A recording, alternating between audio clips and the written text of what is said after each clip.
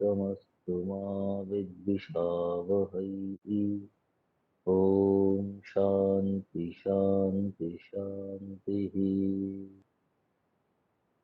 सदाशिवसमारम्भा शङ्कराचार्यमध्यमाम् अस्मदाचार्यपर्यन्ता वन्दे गुरुपरम्परा।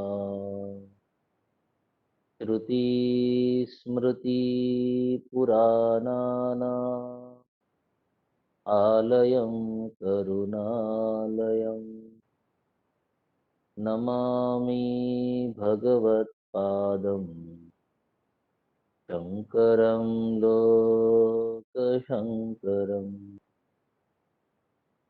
शङ्करं शङ्कराचार्यं केशवं सूत्रभाष्यकृतौ वन्दे भगवन्तौ पुनः पुनः। ईश्वरो गुरुरात्मेति मूर्तिभेदविभागि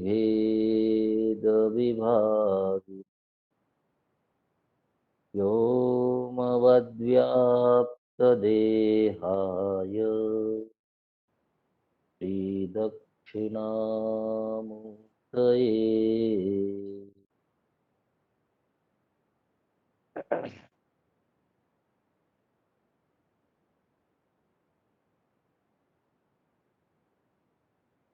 चौरासी श्लोक नंबर।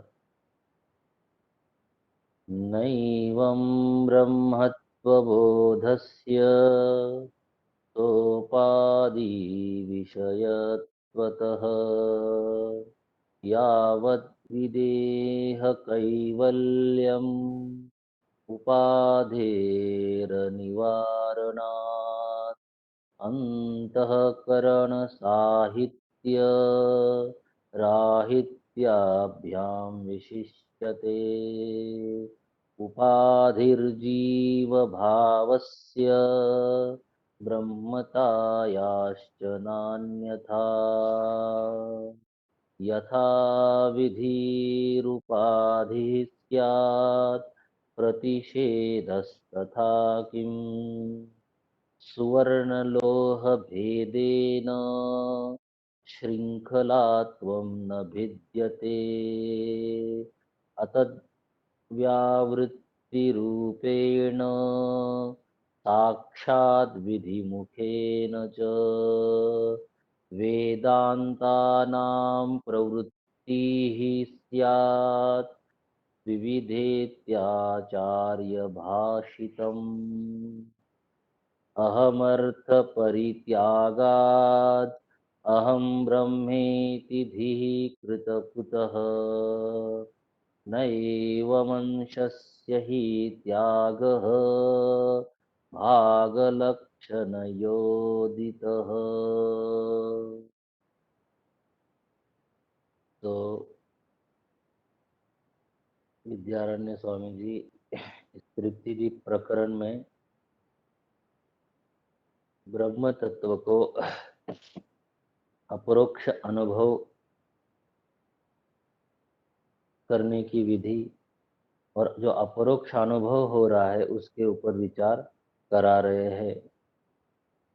अंतःकरण की जो उपाधि आ रही है उस अंतःकरण की उपाधि सहित वाले को जीव कहते हैं और उसका जीव का अपरोक्ष तो निरंतर हो ही रहा है और कह रहे हैं कि अंतःकरण की उपाधि रहित जो है वह ब्रह्म है। तो यह समझ में आता है कि एक को अंतःकरण के बोध के साथ जो अनुभव में आ रहा है वो जीव है और अंतःकरण के बोध से रहित करके जो अनुभव में आ रहा है वह ब्रह्म है। अनुभव की मतलब है यहाँ पे जो ब्रह्म तत्व है अंतःकरण रहित होकर ही अनुभव में आएगा।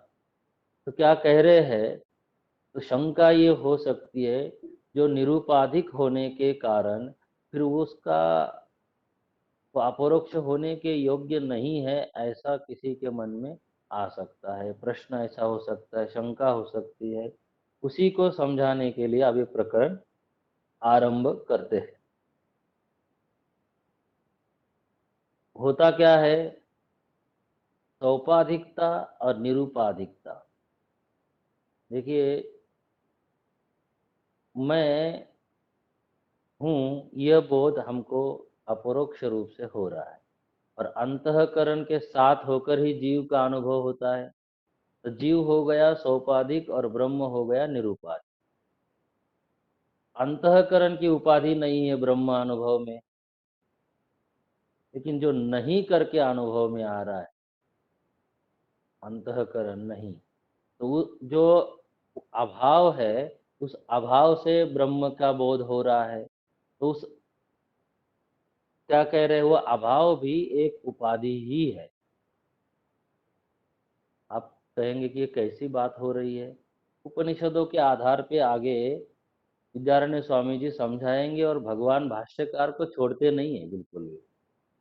भगवान भाष्यकार का ही सहारा लिया जाता है, भगवान भाष्यकार का ही अनुगमन किया जाता है। वाक्य वृत्ति ग्रंथ को यहाँ विद्यारण्य स्वामी जी ने बहुत महत्व दिया है। उसके श्लोक के श्लोक विद्यारण्य स्वामी जी कोट करते हैं।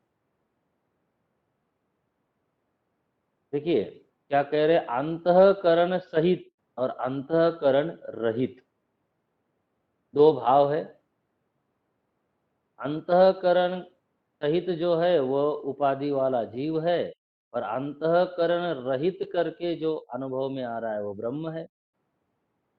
ब्रह्म में अंतःकरण नहीं है, ब्रह्म को अंतःकरण वाला नहीं कहते।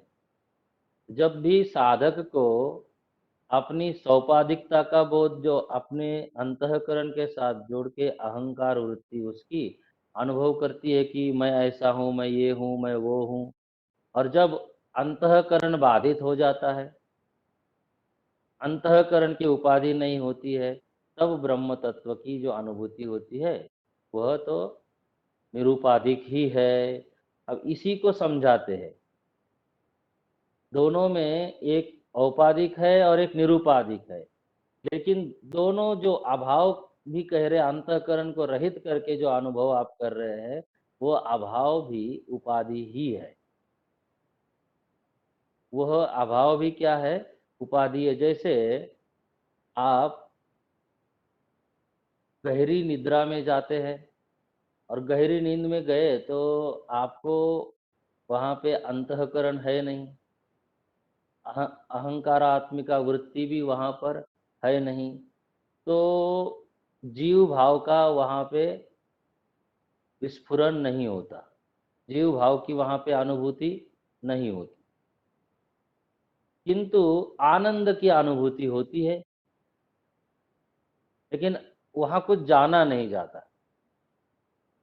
आप जब जागते हैं तो पूछा जाता है कि क्या हुआ, बोले गहरी नींद में अच्छे से सोए। तो उसकी स्मृति होती है, क्या जाना आपने वहां पे, बोले कुछ जानता नहीं, क्या था, कुछ जानता नहीं, गहरी नींद में सोया। आनंद की वहां अनुभूति हो रही है, लेकिन क्या जाना उसकी स्मृति नहीं है।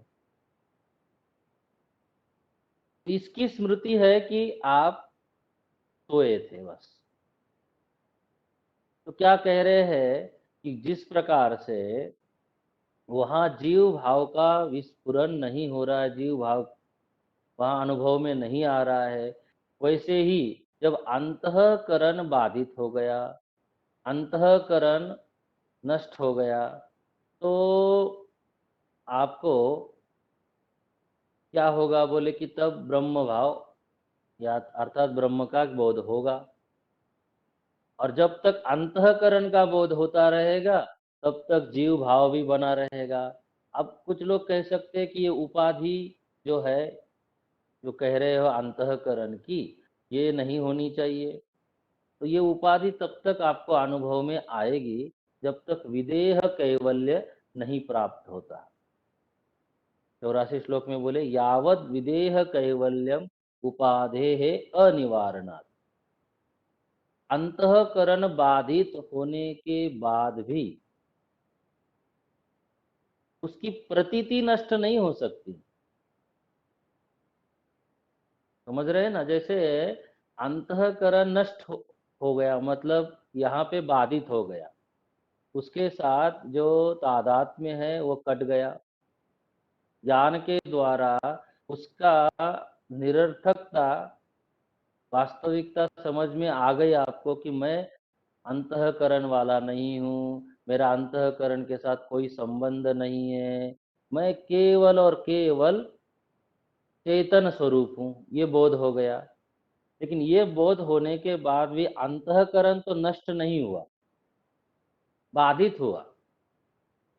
बाधित होना और नष्ट होने में अंतर है।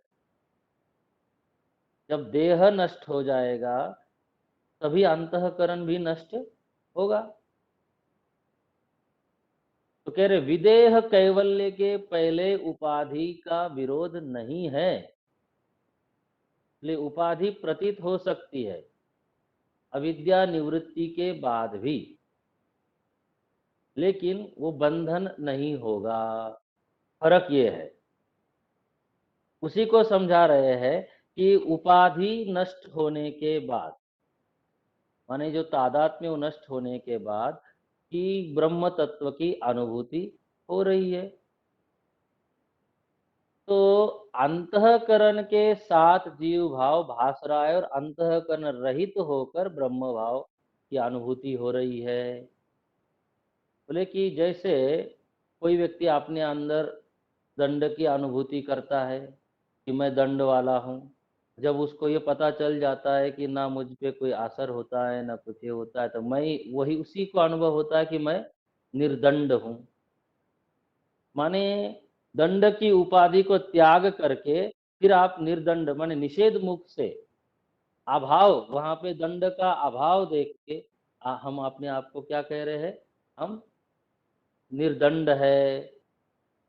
तो उसी प्रकार से अंतःकरण की उपाधि का क्या कर रहे हैं? अभाव कर रहे हैं। तो उसी को समझा रहे हैं। दुख अंतःकरण के धर्मों के साथ जुड़ के हम अपने आप को दुखी कहते हैं, मैं दुखी हूँ। और जब वो धर्म त्याग देते हैं, उसका जब अभाव है तो क्या कहते हैं कि मैं तो सुख दुख वाला हूँ नहीं।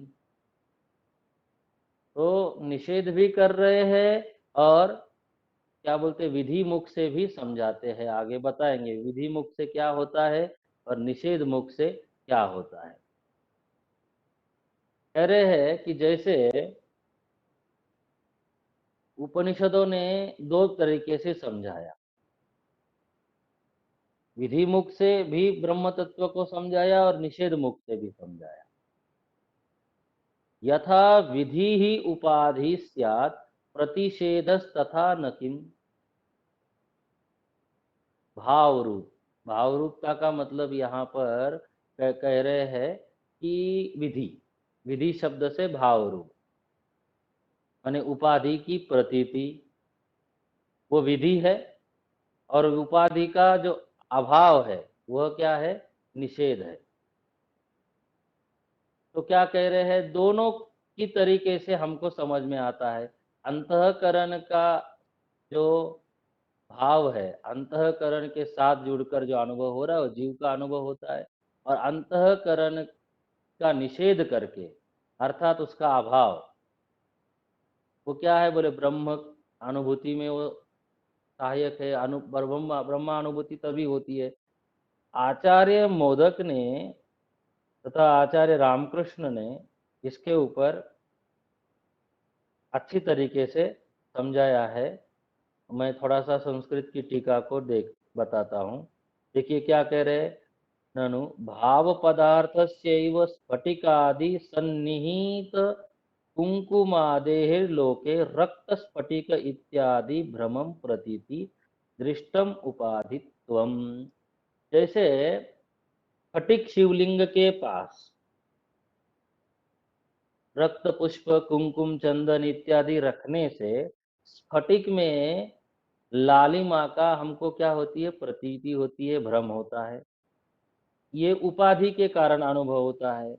लेकिन जब उसी उपाधि को आप हटाते हैं, तो उसी में वो जो शिवलिंग था, वही अपरोक्ष रूप से, उसी में वही स्फटिक है, निरुपाधिक है, अनुभव में आता है कि नहीं आता? अभी जो जीवत्व उपाधि के कारण अनुभव में आ रहा था, जब उपाधि रहित होते हैं तो आप स्वयं में ही अपरोक्ष रूप से ब्रह्मत्व की अनुभूति करते हैं।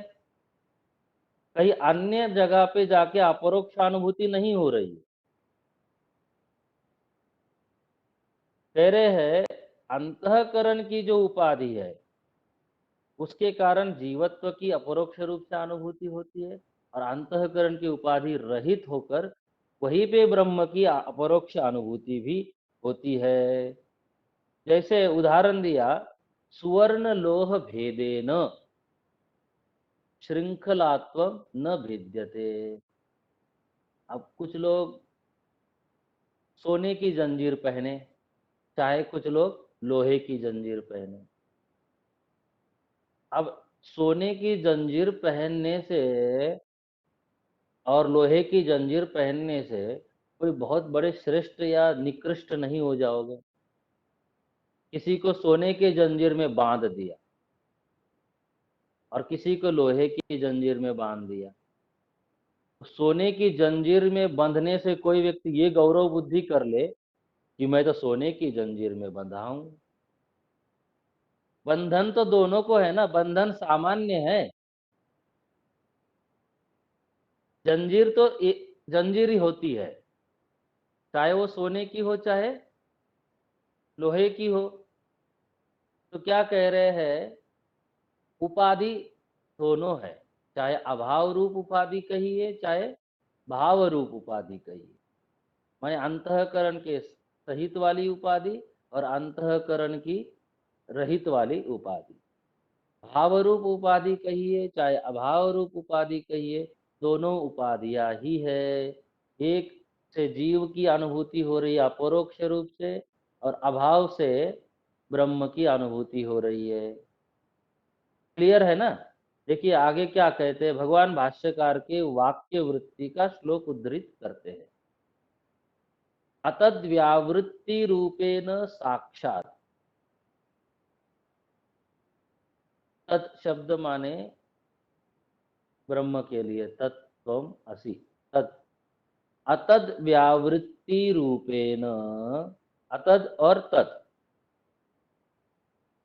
अतत के रूप में निषेध, और सीधे सीधे विधान भी करते हैं और निषेध भी करते हैं।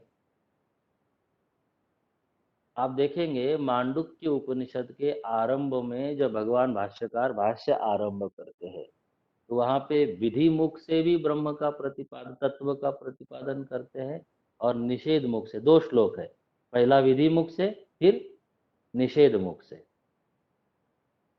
संपूर्ण वेदांतों में अर्थात उपनिषदों में दोनों पद्धतियां अपनाई गई है। सच्चिदानंद रूप सत्यम ज्ञानम अनंतम ब्रह्म, है ना? ये भी आपने पढ़ा। उन्हीं उपनिषदों में नेति नेति करके भी बात बोली जाती है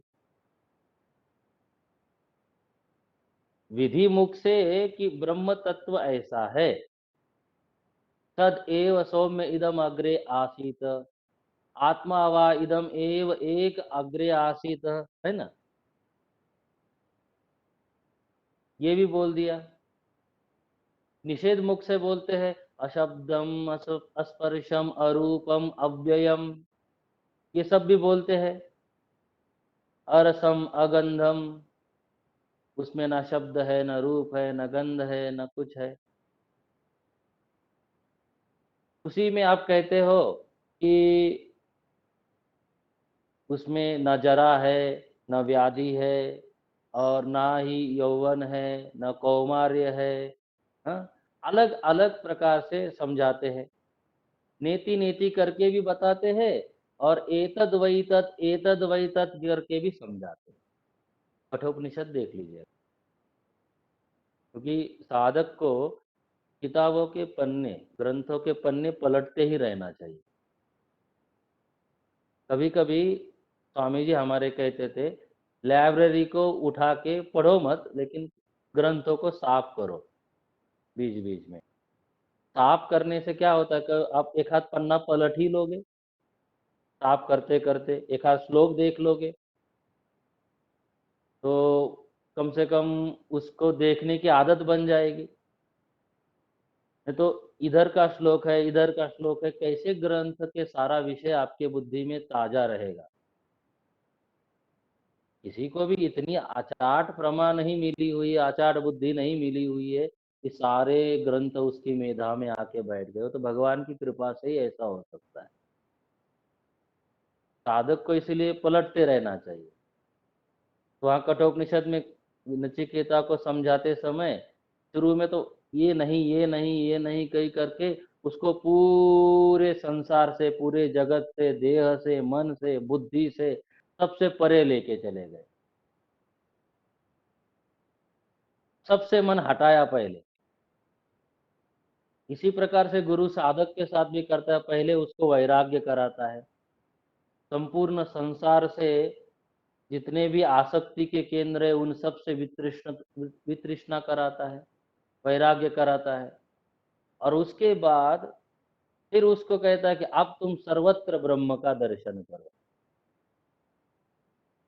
शुरू में ही बड़बड़ाने वाला चीज नहीं करनी चाहिए। सिया राम मैं सब जग जाने, कभी नहीं जान सकते शुरू में। थोड़ा सा व्यवहार आपके साथ गलत कर देगा कोई व्यक्ति, फिर सिया राम मैं सब जग जाने करके दिखाइए। हाँ, तो तुरंत ही आप कहते हैं ये इतना नालायक आदमी है, इतना गलत आदमी है, उसकी तुरंत बुराई आरंभ कर दे। तो कहाँ गया सिया राम फिर? वो होता नहीं है। इसलिए शुरू में निषेध, ये हटाना है, हटाना है, हटाना है, हटाना है, और फिर जब वहां तक चित्त स्थिर हो गया तो फिर सब में देखना है, वही एतद वही तद, एतद वही तद, जो सब में गया हुआ है, सबको प्रकाशित कर रहा है, सब में स्पंदित हो रहा है। हाँ, सब में सर्वव्यापक है, जो सबको सत्ता प्रदान कर रहा है, वही ब्रह्म है। श्रुति इस प्रकार से दोनों तरीकों से समझाती है। इसको कहते हैं विधि मुखेन और निषेध मुखेन। निषेध करके भी समझाना है, और यह है करके, विधि करके भी समझाना है। तो देखिए क्या कह रहे, अतद व्यावृत्ति रूपेण साक्षात विधि मुखेन च। यह नहीं है करके भी वेदांत के शब्द बता रहे हैं, और यह नहीं है ये करके भी बता रहे हैं। माने क्या? जो नाम रूपात्मक जगत है, जो अनुभव्य जगत है, जिसके साथ हम व्यवहार कर रहे हैं, उसको हटाना है, व्यावृत करना है, हटाना है। वो हट जाए तो जो शेष तत्व है, उस तत्व का नाम क्या है? ब्रह्म। आपको पता है, ये जो अब लोगों को लगेगा कि आप लोग भक्ति नहीं करते हो क्या? भाई हमारे वेदांती भी भक्ति करते हैं, ऐसा थोड़ा भक्ति नहीं करते, करते हैं। भगवान शंकराचार्य से बड़ा कोई भक्त होगा क्या? तो लेकिन उनका आग्रह क्या है, जो उपासक है, जितने संप्रदाय, वो क्या कहते हैं? वो इस अतद व्यावृत्ति जो है ना, माने इस तत्पदार्थ में जो भी नाम रूप आ रहा है, उसको हटाने के लिए जब कहा जाता है ना, वो घबराते। तो वो क्या करते हैं? वो कहते हैं कि देखो ये जो नाम रूप है, यह लौकिक नाम रूप नहीं है प्रभु का। जो सांवले भगवान है, वो सांवलापन जो है, जो मेघ वर्ण भगवान है, वो उनका जो मेघ वर्ण है, वो वैकुंठ में लौकिक नहीं है। वो कैसा है? अलौकिक है। रूप फिर भी मानना है हमको। वेदांत को या वेदांतियों को इससे कोई मतलब नहीं। नाम रूप का निषेध करती है श्रुति। श्रुति ने कही ये बात नहीं बोली, उन्होंने निषेध किया है नाम रूप का। श्रुति ने तो सीधा कहा अशब्दम, अस्पर्शम, अरूपम, अरसम, अगंधम, न तत्र चक्षुर्गच्छति, न वाग गच्छति, न मनो गच्छति। श्रुति ने तो सीधा सीधा बोला। तो जो बुद्धि ग्राह्य नहीं है, जो इंद्रिय ग्राह्य नहीं है, जो मन से भी ग्राह्य नहीं, वह कैसा है बोले सत्यम ज्ञानम अनंतम। ये साक्षात विधि मुख है, सदरूप है, चिदरूप है और अनंत है, वो आनंद रूप है। ये विधि मुख है, ऐसा ब्रह्म है। अब उसको जानना है। सुषुप्ति अवस्था में देखिए, वहां पे ना नाम है, ना रूप है, और ना ही किसी प्रकार का जीव भाव है। किंतु जीव भाव जो है वह सुप्त अवस्था में पड़ा हुआ है। ब्रह्म तत्व की पूर्ण बोध वहां, पूर्ण अनुभूति नहीं हो रही है। आनंद अनुभूति हो रही है, लेकिन ब्रह्म तत्व की पूर्ण अनुभूति नहीं हो रही, इसलिए उसे अज्ञान अवस्था ही माना गया।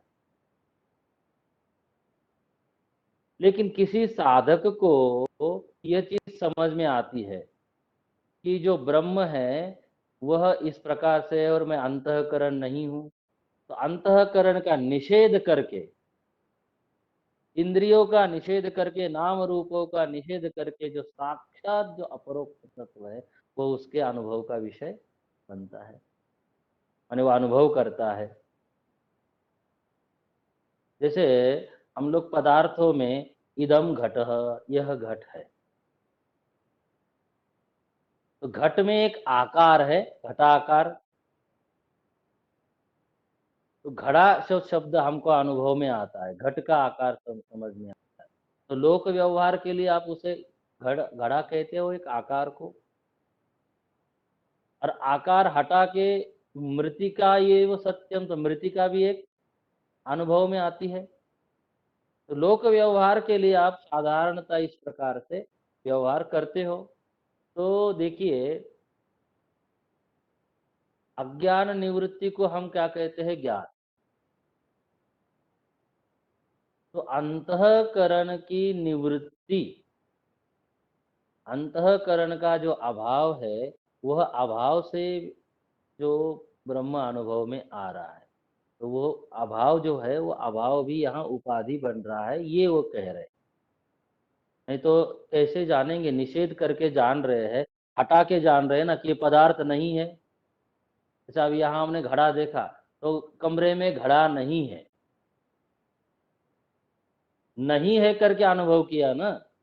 तो अंतःकरण नहीं है, न अभाव करके हम उसको जान रहे हैं कि ये ब्रह्म में नहीं है, ये ब्रह्म में गुण नहीं है जो हम अनुभव कर रहे हैं जीव में। तो कह रहे हैं कि ये विधि और निषेध वेदांता नाम प्रवृत्ति, भगवान भाष्यकार कहते हैं वेदांतों की ये प्रवृत्ति, वेदांत अर्थात उपनिषद शब्द समझिएगा। वेदांत सार में आपने पढ़ा है वेदांतो नाम उपनिषद प्रमाणम। याद रखना है, जब भी वेदांत शब्द आवे तो उपनिषद है। तो कह रहे हैं कि उपनिषदों में बार बार इस चीजों को समझाया है साधक। दोनों तरीके अपनाए कि पहले निषेध किया और फिर विधि पूर्वक समझाया कि ब्रह्म तत्व ऐसा है, क्या है उसका, ये स्वरूप लक्षण है, ये तटस्थ लक्षण है।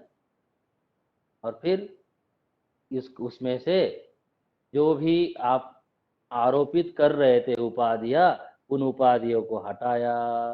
बोले इस प्रकार से जब आप विधि और निषेध के द्वारा अतत की व्यावृत्ति से जो महावाक्य का शोधन करते हैं, महावाक्य का बोध करते हैं, वो बोध कैसे होगा, वो स्पष्ट करके आप समझाते हैं। अहम अर्थ परित्यागात् अहम ब्रह्म इति धीहि कुतः नैवम अंशस्य ही त्यागः भाग लक्षणयोः लक्षणया उदितः। देखिए क्या कह रहे हैं, मैं, अहम, अहम अहम करके जो अनुभव आ रहा है, वो अहमर्थ का क्या करना है, परित्याग। मैं शब्द को छोड़ने से मैं ब्रह्म हूं, यह ज्ञान कैसे होगा, ये प्रश्न कर रहा है पूर्व पक्षी।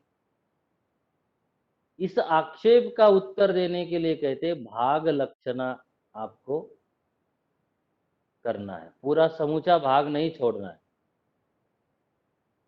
कुछ ग्रहण करना है और कुछ त्याग करना है। उपाधि का त्याग करना है और जो तत्व की अपरोक्ष अनुभूति होती है वो ग्रहण करना है। तो ये कहना ठीक नहीं बनता है कि मैं यहाँ अनुभव में अंतःकरण के साथ आ रहा है, मैं ब्रह्म हूं, यह वृत्ति जिसको हम अखंडाकाराकारिता वृत्तित्व वृत्ति भी कहते हैं, मैं ब्रह्म हूं, इस चित्त वृत्ति का कह रहे कि ये चित्त वृत्ति से कैसे ब्रह्म का अनुभव होगा, ये भी तो चित्त वृत्ति है। बोले कि ये चित्त वृत्ति बाधक नहीं है, अखंडाकाराकारिता वृत्ति ब्रह्मत्व के बोध में बाधक नहीं है। बोले क्यों बाधक नहीं है, बोले क्योंकि यह वृत्ति ब्रह्म का अनुभव करा के स्वयं निवृत्त हो जाती। अभी जो मैं की अनुभूति होती है, वह मैं की अनुभूति अंतःकरण के साथ हो रही है। अब देख लीजिए, जब हम बैठते हैं तो ये मिट्टी का लौंदा बन के बैठे हैं, तो उसमें अपने अंदर अंतःकरण को मैं मान के कोई कह रहा है कि मैं ऐसा हूं, मैं वैसा हूं, तो ये जो मैं है, ये उपाधि सहित ही अनुभव में आता है कि निरूपाधिक अनुभव में आ रहा है। जब भी हम मैं की अनुभूति कर रहे हैं, वो उपाधि सहित ही कर रहे हैं। निरूपाधिक जो मैं है, वह मैं जब ब्रह्माकाराकारित वृत्ति बनती है,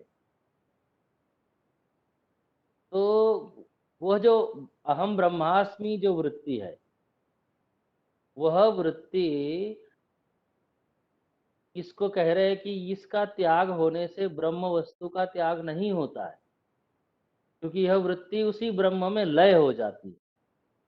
जीव भाग को छोड़ देना है और ब्रह्म भाग का ग्रहण करना है।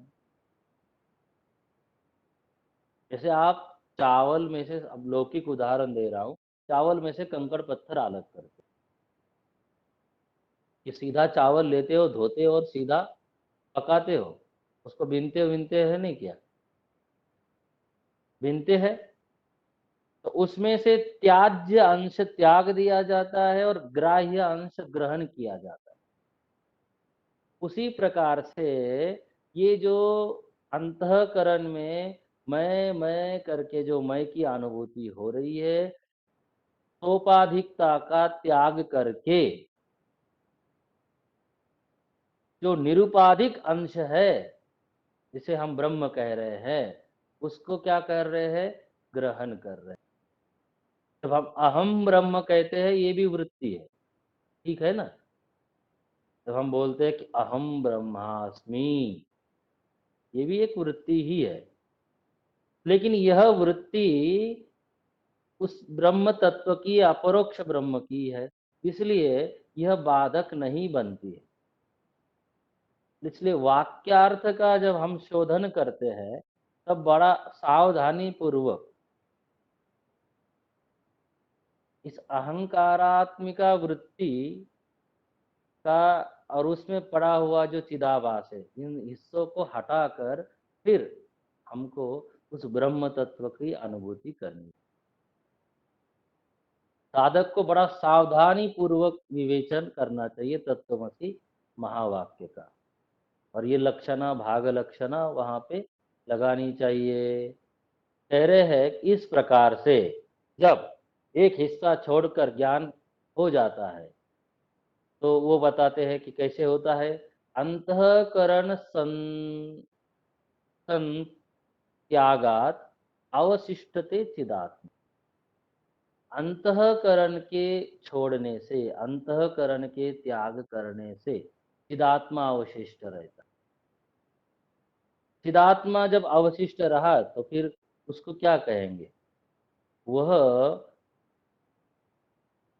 तत् करके अनुभव में आएगा या अहम करके अनुभव में आएगा? वो अहम करके ही अनुभव में आएगा, अपरोक्ष ही अनुभव में आएगा। और अंतःकरण का निषेध करने के बाद भी अंतःकरण पीछे बोल चुके तब तक रहता है जब तक विदेह कैवल्य नहीं होता है। इसलिए हमारे यहाँ दो प्रकार की मुक्ति वेदांत ही मानता है, वो भी अद्वैत वेदांत ही। अन्य कोई भी वेदांत माने कि जो जितनी शाखाएं है वेदांत की, वो और दूसरे लोग वह जीवन मुक्ति को नहीं मानते। यहाँ तक बौद्ध जो है वो संबोधि को मानते हैं कि बुद्धत्व प्राप्त कर लिया, ज्ञान प्राप्त कर लिया, और उसके बाद वो निर्वाण मानते हैं, माने विदेह कैवल्य मानते हैं। तो वेदांत जीवन मुक्ति भी मानता है, माने कि आप इस देह में ये देहाध्यास रहते हुए, माने कि देह भास हो रहा है, देह चल रहा है, लेकिन मुक्त पुरुष है, उसको बंधन नहीं है। और उसका उदाहरण उपनिषदों में याज्ञवल्क्य, जनकादि के रूप में आता है, अष्टावक्र इत्यादि के रूप में आता है, और गीता में भगवान श्री कृष्ण उनका नाम लेते हैं। तो मुक्त पुरुष भी है और विदेह कैवल्य भी है, जीवन मुक्ति भी है और विदेह मुक्ति भी है, दोनों मुक्ति वेदांत मानता है। तो कह रहे हैं कि इसलिए वाक्यार्थ के बोध के लिए हमको अहम पदार्थ का भी शोधन करना चाहिए। अहम जो है इस समय कहाँ जुड़ा हुआ है, किसके साथ जुड़कर ये खड़ा रह रहा है, कैसे अनुभव आ रहा है। और जब आप इसकी उपाधियों का त्याग करते, जैसे स्फटिक शिवलिंग में से रक्त पुष्प इत्यादि के कारण जो लालिमा नीलिमा अनुभव में आ रही थी, उसका त्याग करके केवल स्फटिक का अनुभव करते हैं, उस प्रकार से कह रहे हैं कि इस ब्रह्म तत्व की अनुभूति होती है। वह है केवल अहम ब्रह्म इति वाक्येन ब्रह्मत्वम साक्षिणी ईक्षते। साक्षात ब्रह्म रूपता की साक्षी के रूप में इस ब्रह्म की चिदात्मा की अनुभूति होती है। और इस प्रकार से विचार करने पर ही साधक को यह हो सकता है, और इसलिए इसकी साधना करनी आवश्यक है।